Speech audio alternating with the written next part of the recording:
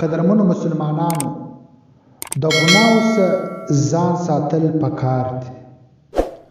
اوس سوال دا کیږي چې د ګناو څخه موږ څنګه ځان بچاو کړو. حالانکه د فتنو زمانه ده، د فتنو یو سیلاب دی چې هغه پر ټوله معاشره باندې اثر اچولی دی. اوس سړی څنګه خپل ځان د ګناو څخه بچاو کړي؟ سترګې، غوږونه، لاسونه دا به څنګه محفوظه دی د ګناو څخه وساتي؟ حالانکه د ګناو څخه خپل ځان ساتل ډیر مشکل کار دی. که څه هم څوک دا ووایي چې د ګناو څخه ځان ساتل اسانه دی، لفظ ډیر اسانه دی، لیکن ساتل مشکل دی. د ډیر اسان حل دا دی عزتمنو مسلمانانو چې د علماو، د صوفیانو، د بزرګانو مجلس اختیار کو. ځکه چې قرآن کریم ځای داسې حکم کړی دی چې تاسو خپل وخت، تاسو خپل ناسته د صادقینو او د بزرګانو سره اختیار کړئ. ځکه چې الله پاک فرمای یا ایها الذین آمنوا اتقوا الله وکونوا مع الصادقین. ای ایمان والاو د الله څخه وبېرېږئ، د ګناو څخه بچاو سي. هغه د بچاوېدو راسته دا ده چې د نیکانو خلکو مجلس اختیار کړي. عزتمنو مسلمانانو، یقینا فتنې د باران په شکل باندې اوري. یو ځای خالی نه دی د ګناو څخه.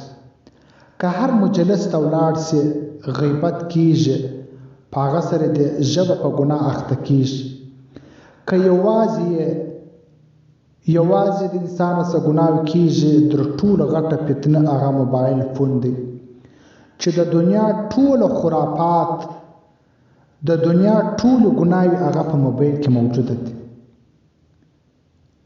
نو د دې ډیر آسان حل دا دی چې د علماو، د صلحاو او د صادقینو خلکو مجلسونه اختیار کړو. د هغو په مجلسو کې ګنټې تیر کړو. په خپله د هغو مجلس پر زړه باندې اثر کوي.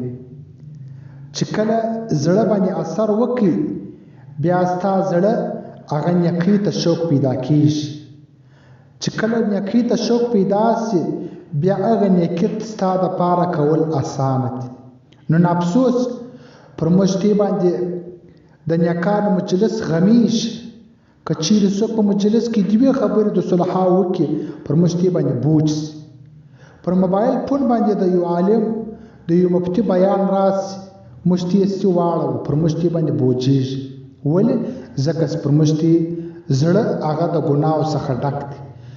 ګناو زموږ زړه ګرفتاره کړی دی په ګناو باندې. نو چې کله زړه تور سي، کله زړه د ګناو ډک سي، بیا پر هغه باندې نیک خبره اثر نه کوي، پر هغه باندې بوجیږي. نو پکار د عزتمنو مسلمانانو چې د خپلې زندګۍ دا قیامتي وخت دا پر ښه قیامتي ځای باندې ولګوو. د علماو، د بزرګانو مجلسو ته ورسو، خانقاو ته ورسو، او د هغه رقم صوفیانو ته ورسو، او د خپل ځان حالات ورته ووایي چې زما زړه داسې غمجنه دی، داسې د ګناه ډک دی، ما ته دوایي راکړه. نو هغه به بیا تاسو ته طریقه در وشي. نو الله پاک دې پر دا خبرو باندې د عمل کول توفیق راکړي. خیر دعوانا الحمدلله.